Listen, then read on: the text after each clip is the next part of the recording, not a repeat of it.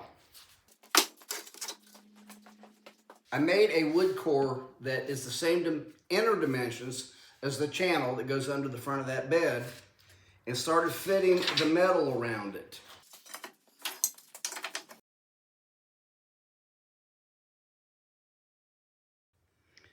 Here it is clamped together. You can see I got a lot of clamps on there. Some of them are plastic. When I start welding and they get close to the heat, I will move these plastic ones. I've got it all tacked together now. And I had all these clamps on here. So let's remove it and pull the wood core out and see what we got. So the wood core seems to be tight. Here we go.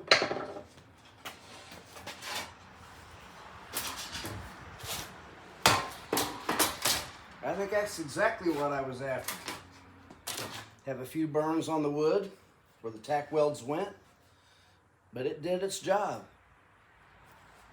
So it's nice and straight. And I still have to add the flange over on this other side that goes over and down a little bit. It's getting ground down.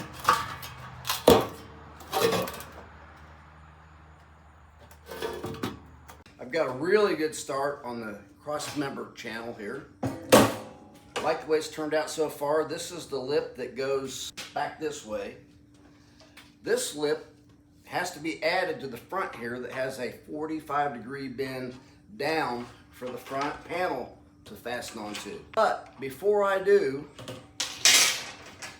the ends here have to be cut and moved up about 5/16 of an inch to match what's under there.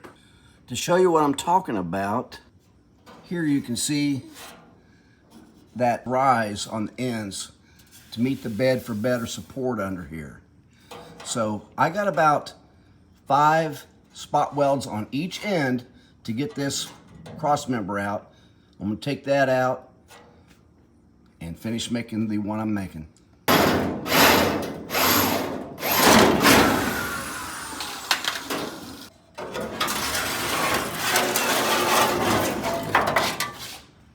So here's the new one, the old one side by side. When I add that lip on there, that'll be just like this one.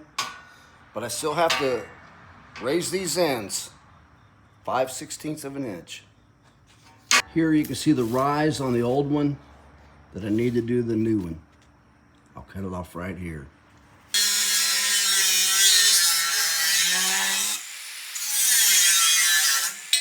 So I made a couple of spacers that match that offset. Now I can set the beam up on these offsets, and that should be the drop right there. I've got the end cut off, set up to tack weld, and you can see the shape matches the rusted out beam on the other side. Now this doesn't have to look exactly right, but if it does, can't hurt.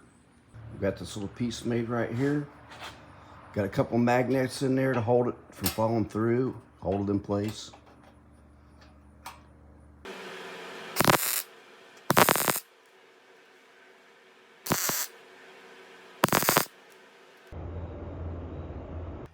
I'm really starting to get somewhere on this cross member. I got this end shaped just like the old one. The metal I bent for this other side with the 45-degree angle in it, I did not have metal long enough. So I'm going to go to this area right here,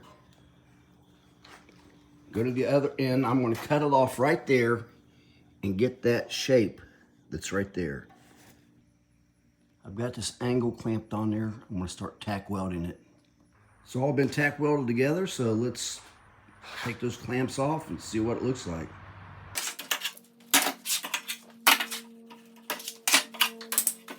So far the new piece matches the old piece, but I still have to make this part right here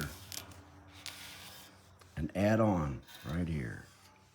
It's got a 45-degree bend going down this way. It's got another angle going this way. So when I put the 45-degree on the long piece that I welded in, I'm going to do this the same way, but this should be easier because it's shorter. Match up the line that I've scribed on there to the top of this vise and bend it over to a 45-degree.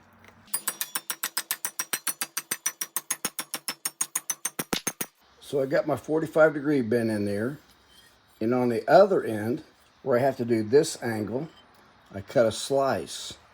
Now I'm going to have to take a wedge out of it so I can bend this over to meet this.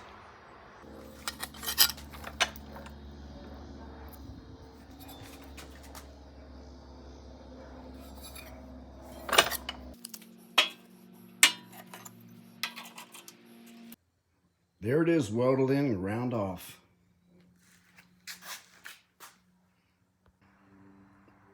Here we go, the other end is fitted and ready to weld. So I'm drilling the holes that match these holes. I guess these 1/2-inch holes are just either locators or just to let the water drain out. Now these holes right here are 3/4, and this is where the bolts will go through to the bed.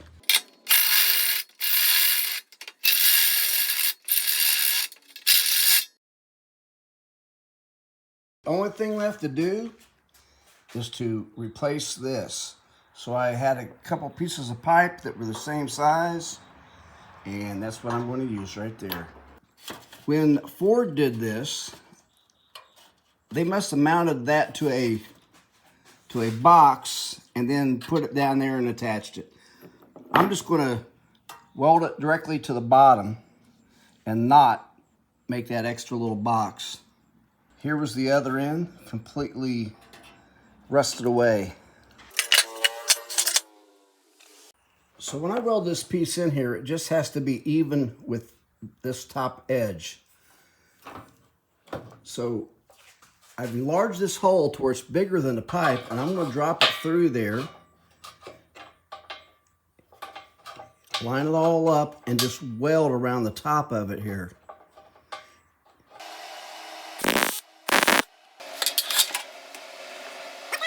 Still got to grind it down. I did a quick test fit and realized it was a little too wide right here, so I got to just take that off a little bit. Got the new cross member fastening in there with clamps.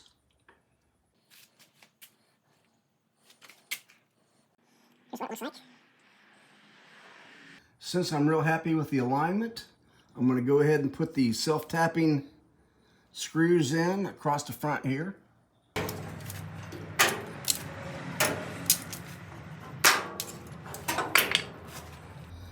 Cross members all fastened in with self-tapping screws. I'm happy with the way it fits. I'm going to pull it back out, clean it up, and paint it. I pulled the new cross member back out and give it a paint job. Looks really good. And there it is compared to the old one.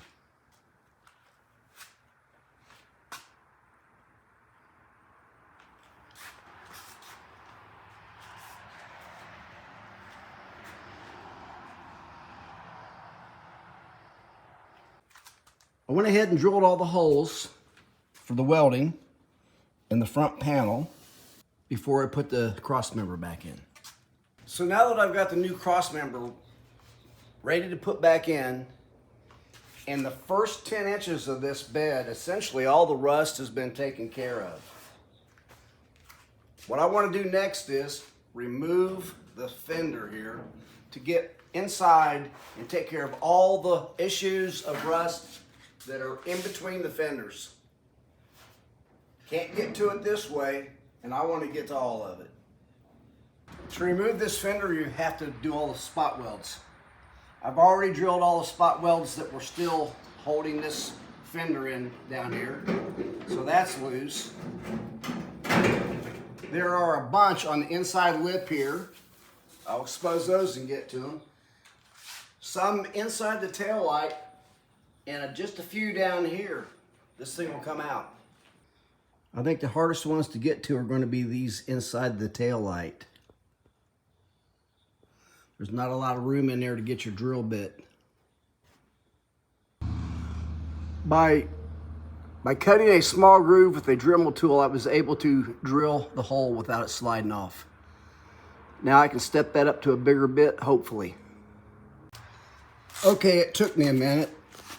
Instead of drilling from this side and at a funny angle, I finally realized, after doing 3 of these,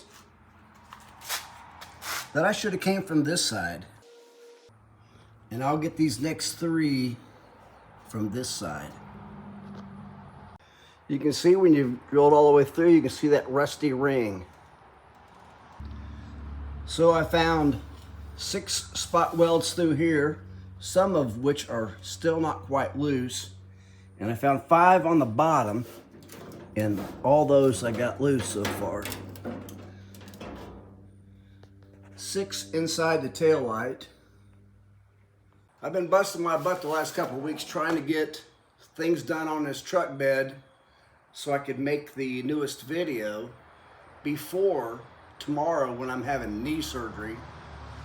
So hopefully I can get a video done of what I've got so far while I am laid up. I'm not going to be able to get this fender off today. There's just too many spot welds left in it. It takes longer than you think. That's the way any project goes. It always takes longer than you think it's going to. Marvelous.